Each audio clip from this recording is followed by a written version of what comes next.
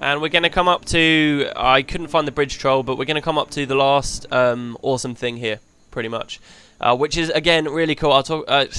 but people aren't incentivized enough to go there. You'll see we're coming quite close to the quest marker. Whew, it's not even the end of our journey, actually. No, scrap it. It's not. But even when we get here, it's not the end of our journey. We still have to find the gate, and it proves a little bit troublesome.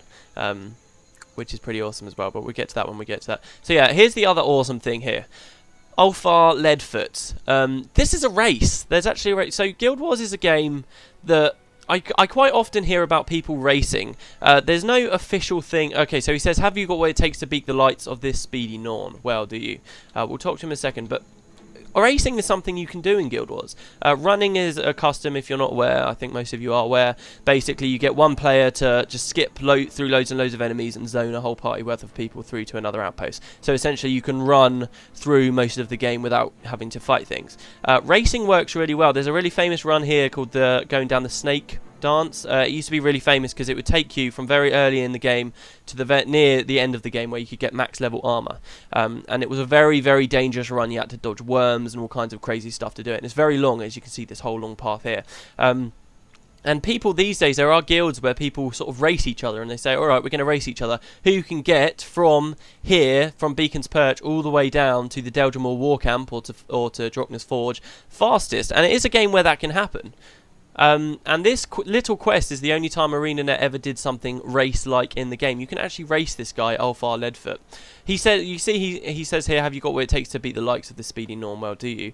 He actually has different, unique opening dialogue depending on whether you're with your party or not, which is also really cool. It's something that you never see in Guild Wars. Actual changes depending on whether you've got lots of players around him or not, which is cool. So if you're all spread out, he'll actually say different stuff. He'll just challenge you alone. But yeah, let's speak to him. So he says, by the wolf, I bet I could outrun the lot of you barefoot. He says, greetings, Molegs. I suppose you're wondering what the likes of me is doing here this far from me home, correct? Training, of course. The thick air in the lower lands is a welcome change of pace. It's almost intoxicating. What better way to run my rounds than swimming in the glorious vapours of the gods? No matter that I see 2 of you, sometimes 3, I'll still cross that finish line faster than you can say, large ladies love Ulfar Leadfoot. Ha, so are you ready to race? Okay, so you can actually race him. I will do it and try and commentate as I go. Hopefully I won't screw up. Basically, he runs very fast. He doesn't have to use any skills. So what I've got in my inventory here is a birthday cupcake, which will make me move 25% faster. Yes, it's kind of cheating. I don't care. You should. I've also got dash. This is what dash is for. So I'm going to eat that, which makes me move, I think, about the same speed as him. And we're going to race. So get used to swallowing my dust. Yeehaw! By the bear, can you move any slower? Yes, so get moving. As you can see, he's very fast. Oh, God, he's actually faster than I thought. I thought the cupcake would be enough. If we press U... Oh, okay, so he stops every now and again. Okay, brilliant. Hee, watch your step. You guys can read that out loud as we go through. So he takes you up through this quite scenic little track. There's actually 2 branches to the race. Depending on who's in the lead here, he will change the destination for the end of the race. So I think we're about the same place. So he's saying the end's over here, okay? Oh, no. What are you... Oh, come on. He fucking did it to me. That's a load of crap. No way. Alright, so what he does is, if you're in the lead at this point, he actually changes the end point of the race without letting you know, and it ends over here. If he's in the lead, he'll keep running over that way. He pulls a fast one on you, and he actually managed to do it. And you go to 2 different scenic places. It's very cool. Nobody beats me. Nobody. There's another Asura here. The Purifier crew member. But yeah, can I race you again? Nobody beats him. Damn it. The thing is with this is a very cool area though, isn't it? The thing is with this quest, it gets you like 20 Norn reputation points. 20! That's all. Let's look at my titles. I've already got 4,000 exactly? Really? That's all from the Norn tournament, by the way, guys. I got 4,000 from the Norn tournament, which is quite a lot from the tournament, granted. But you can already tell, and I'm only rank 2. I need 8,000 to reach rank 3. 20 points is not enough to encourage people to do this. I don't know whether they just wanted to add it as a fun little thing, or whether they were being serious about it, but I would have liked to have seen that be more points, because I think this could have been really cool. We're right next to an outpost. It would have been another place to encourage players to go to, you know, experience some runs out here. Maybe this could have been a cool way to farm Norn points. I mean, that would have been a fun, unique way to change up the experience. But yeah, okay, so the other thing is these worms. These worms aren't hostile to you until you pick up the race, right? Until you choose to accept. So this is the other end, by the way. A much more gloomy, horrible place. Actually, this is the outpost. Oh, that's cool. So you can see the outpost, but you can't quite get to it. Yeah, so this is the other end. These worms, these only become hostile to you when you decide that you want to actually do the race. You'll see they shoot a crippling shot at me, but the cripple only lasts for 1 second. There's a way you can actually exploit, well, not really exploit it. If you get yourself a weapon that reduces crippling duration by 20%, the game will actually then see the cripple duration as lasting 0.8 of a second. And because of the way the game works, also a flock of merbirds here, it will actually round that down to 0. So if you get 20% less chance to be crippled, that actually means you'll become immune to the cripple that these worms do, which will make the race easier. Again, it's a nice little tip, it's a nice thing to know, but 20 points, it's not enough. It's cool, I like it, I do like it. And as it stands, it's one of those odd little things you can do if you're really bored for no real reason. But I do kind of feel like it was a missed opportunity, sadly. I don't want to be one of those people that whines that, oh, this isn't viable, though, because everybody does that. I am just happy with the fact that they added it at all, but it is one of those things that I kind of look at and think, damn, couldn't you have just made it 200? Even 200 is probably too low, but it probably would have got more people doing it. Anyway, right, so that's my little tour. Wow, look, it really was a bit of a tour, wasn't it? Of the Verdant Cascades. Let's go into the Umbral Grotto. Another cave. I love the concept art here. It's so good. I love the tarnished ghost, guys. I love it. We're not even there yet, but the kind of the introductory zone is just amazing. We haven't even seen the cool stuff this place has to offer. Anyway, this is the Umbral Grotto. There's a few people here. One whose name you guys might recognise. Where is he? I won't explain where you might recognise it from until the time comes. But this guy here, Choris Deep Runner. We heard that name before?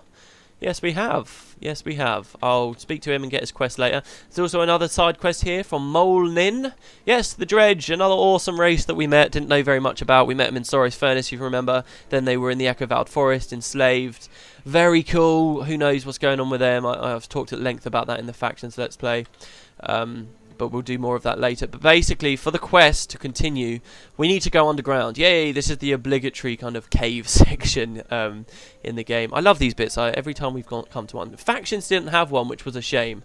Mind you, the whole city area kind of felt like a cave. But yeah, this is brilliant. This is my favourite cave section that they ever do in Guild Wars. We need to get to the gate. As you know, the Asura lived underground. All of their gates were underground. So next episode, guys, we'll be coming into this cave. It's brilliant. It's not even a mission. It's just probably one of the best primary quests in the game. And I'll explain why when we get there, why I think that anyway. So I hope you guys enjoyed this episode. And I will see you next time.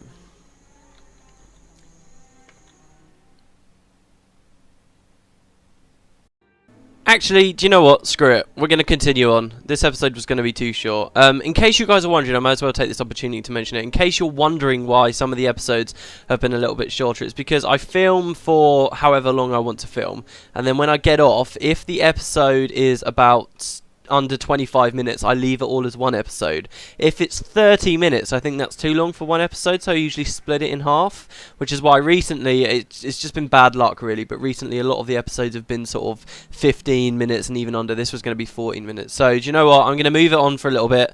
There's actually a much better place to end the episode, so screw it. It's been a day since I filmed that other stuff, by the way, but I want to continue on. So, the Vloxen Excavations. This is another situation where pretty much we go into the entrance of a dungeon, and but our main purpose for going there isn't actually to see what's down here. So there's lots of corrupted alloys and stuff. We will see some dungeon wildlife, I suppose. Oh, I almost forgot actually. Before we go and explore in there, let's read the description for the Umbral Grotto. Tucked beneath the dark granite of the mountain fastness, the Umbral Grotto is a lurking place for those who wish to keep their activities shrouded in shadow. The caverns beneath are overrun with stone summit dwarves from the southern Shiver Peaks, making the grotto a dangerous place to wander. Which is pretty cool. So the idea actually is, you know Soros Furnace, we met Molnin out there as well, a character we've met before, a Dredge. The idea is that Soros Furnace wasn't the only place the Stone Summit had enslaved the Dredge and started forcing them to dig. They also did it here as well, and there's quite a deep story about something that the Stone Summit uncovered here. In fact, this whole dungeon there's loads of references. We'll only see one because we're only kind of popping in here to find a gate. We're not actually going to go very deep under the earth. But it's full of references to Raiders of the Lost Ark, which is pretty cool. So for instance, on this floor, in a minute we'll get a choice. Do we want to go left or do we want to go right? And it doesn't matter which way we go. Both will get us to the gate eventually, and both of them have got boulder traps. In fact, are we already at the split? Can we go that way now? No, what the hell's down there? What is it? Oh, there's nothing there. Okay, right. Also, the other thing here is, remember we spoke to the dwarves about these beacons of Drochna that they mentioned? Yeah, we can talk to these. The beacon pulses and wavers as you approach, enveloping you in its embrace. You feel an electric charge run up your spine, through your fingertips and across your weapon.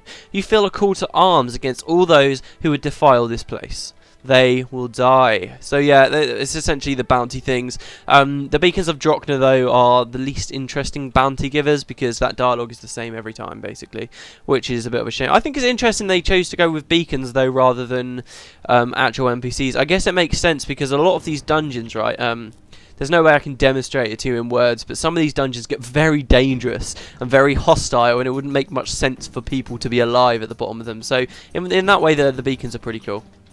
So there's an albino rat there. You tend to find in Eye of the North there's a lot of the pets that you can get are essentially just reskinned pets from previous places. So in the mountains we were seeing white. Oh no, we didn't actually see any. Hopefully we'll see those. Basically there's a flock of white moa that have a random chance to appear in explore areas. Hopefully I'll show you those.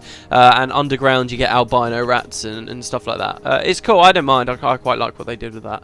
I like having the choice of different coloured pets. It's cool. So yeah, down here there's these weird plant things. We'll see a lot of these in some dungeons, I guess. I really don't know much about these. They're just plants. We learned a little bit about why some plants seem to be sort of sentient and can move and stuff in Nightfall. Remember those people, the hedge wizards? Apparently they've got something to do with it. I don't know whether they've got anything to do with these ones, with that said, but yeah. So yeah, this first floor's got a few traps. Those boulder traps. They won't come as a surprise now because I've already mentioned them, but they'll be there. There's also a couple of rock slides, I think, around here. One thing I didn't mention, actually, in the Verdant Cascades, I think there's like a cave here, maybe, or it's down there. And in that cave, you can sort of have these rock slides hit you. And rock slides are quite dangerous, actually. They do about 150 damage to you. Here's the choice, by the way. You can either go up there. Why do I feel like when you kill these spores, stuff spawns from where they die? Why do I get that impression? Huh, okay. That clearly doesn't happen. But yeah, you can either go up there past those spores and stuff, or you can cross this bridge. I like this way. I've always gone this way. I don't know why. I think maybe I just feel like it's faster. Both routes have got a boss to fight as well. If you go this way, you find a boss pretty quickly, if I remember correctly. Oh, here's the Skelk, by the way. Yeah, checking them out there. They're a lot more pale, aren't they? That's a really nice touch. I was kind of talking about it earlier. I like it because it's like, oh yeah, they haven't seen the sun, so obviously they're very pale. The design of the Asura, which I'm sure I'll rant about later on in the Let's Play, but the design of the Asura has changed a fair amount come Guild Wars 2, and a lot of people attribute that. I actually think it looks terrible. I'll just come out and say that now. I think it looks terrible. I don't like what they did with the Asura in Guild Wars 2, but I'll talk about that when we get to it. But a lot of people say that the reasons for the changes are because they're now above the surface, so sort of they've got the sun, which has affected their eyes and their skin and stuff. And whether I like the new design or not, that's actually a really cool concept that they actually put that much thought into how much monsters might change when they come out from the depths, which is very... Oh god, run for my lives. Is this the boulder? Oh shit, that's the boulder. Oh my god, everybody. Oh, what? I thought it came from the other way. I thought it came forward. Looking now, it doesn't make much sense though, does it? Oh Christ, are we all gonna die? Sin and Heart are up. Have you guys got resurrects? Yes. Lena's up. Yes. Oh, well, there you go. That's the boulder, guys. I wasn't expecting that. But yeah. I thought it was coming. Maybe it's the other route that goes the other way. Huh. See, that's quite funny. That's one of those situations where your character says something that the game presumes you already know, but if you don't, it's very confusing. Right. Okay. I'll let everybody get each other up. Oh no, there we go. The plants are dead. Sweet. Okay, yeah, you'll not actually notice a lot of these plants look like the corrupted plants we saw in Nightfall. I seriously doubt that's got any lore relevance. It's just the fact that they're reusing models, but it's cool enough. There was actually a lot of controversy with Eye of the North when it came out because they were reusing armor models. They just reskinned some of them, and a lot of people sort of really got on their high horses and were like, "Oh, this isn't new content. This is just reskinned existing content. This is bad. You shouldn't have done this." Blah blah blah. Of course, because it's player armor, it's a lot more near and dear to a lot of players' hearts because, you know, a lot of people like to play dress up. There's nothing wrong with that. I'm really looking forward to playing with the Guild Wars 2 die system. But yeah.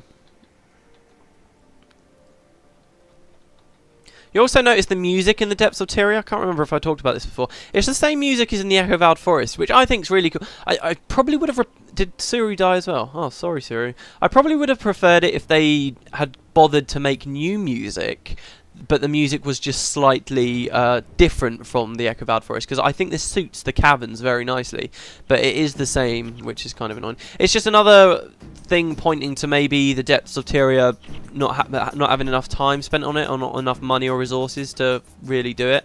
Like I said, a lot of the areas you're seeing here are reused over multiple dungeons, which is a shame. It's the only thing in Eye of the North that feels like it was rushed or not quite done. There was a big thing with Eye of the North, because, you know, dungeons are things that lots of people look for, especially in MMOs now, with people wanting raid style content and stuff. Not that this is raid style content, nor that should we really expect that even in the sequel, but this is something that you expect from RPGs, and there was a big thing when Eye of the North was coming out. Pretty much they were just trying to push it and say, yes, we're doing it, dungeons, but in the end, if I could say to them, yeah, just spend another 3 months working on the game but get the dungeons awesome, I definitely would have waited the extra 3 months. Though I can say that now, but I doubt I would have been that patient back then, to be honest.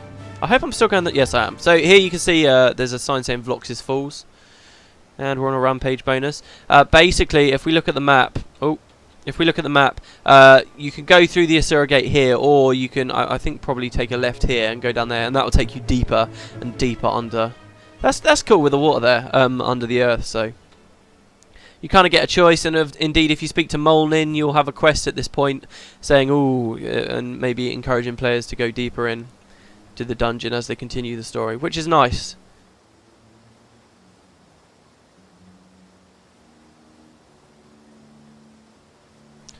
There's a rock slide over there. I don't know if you just saw it. Right, so here we go. Oh no, this way. Oh, we've got to go through the rock slide. Great. There's an Asura Gate, another actual working one. The first one we've seen for a long time, and it's taken us a bloody while to get here, isn't it? I kind of wish the dungeon maps sometimes reflected the actual world. Look at all this forest here. Seriously, you can't explore any of this, guys. Any of it. There's so much stuff here. Do you remember when we were here at Beetletun, and you could read the description? It was talking about mysterious creatures from north above the Giant's Basins. Or was it about here? In any case, there's all this land here, and we just look at this huge delta, and we can't explore any of it. The Verdant Cascades, that's it. That's all we get there. And even at the launch of Guild Wars 2, we won't be able to go there. It's so mysterious, so cool. I wonder what's here. Looks like such a big forest, you know. I just kind of wish this, at least this bit, would get marked off while we're underground here. But I guess that doesn't make entire sense. Anyway, I'll stop rambling. Right, so here's the gate. Here's Doff. Mamp, the Asura honcho, sent me here to guard this gate leading back to the Tarnished coast. He gave me this phantasmal cloak to conceal myself, but the smoke is almost unbearable. How does it work, you ask? Badly, if at all.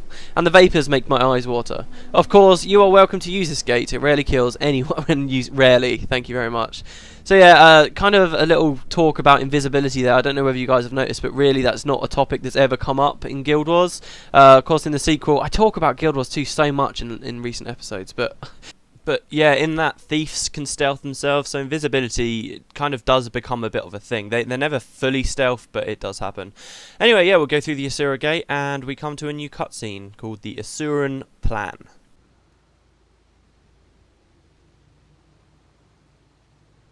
The destroyers have followed us to the surface. We need to retake our lands. The sun on the surface is too bright. A wall. A big wall will keep them out. What is this? Typical Asura meeting. You get 3 Asura together, you get 4 opinions. Everyone, enough!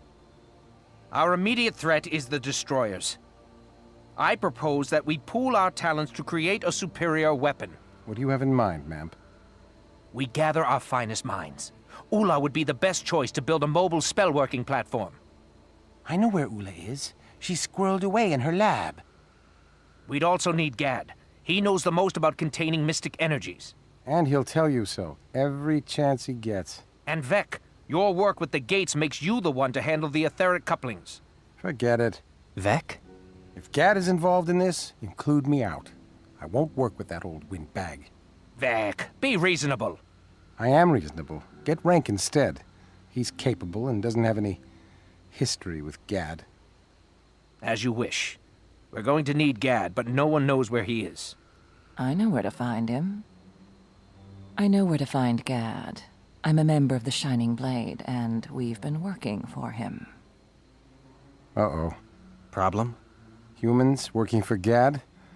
That's a recipe for disaster. Okay, so that woman there, that was Livia. Do you guys remember her? We've actually met her before. This is where the episode's going to end. This is a much better place, I think. So I hope you enjoyed it, guys. Lots of stuff will be happening. We actually get a 3-way split here, which I'll talk about in the next episode. So yeah, I really hope you enjoyed this one, and I will see you next time.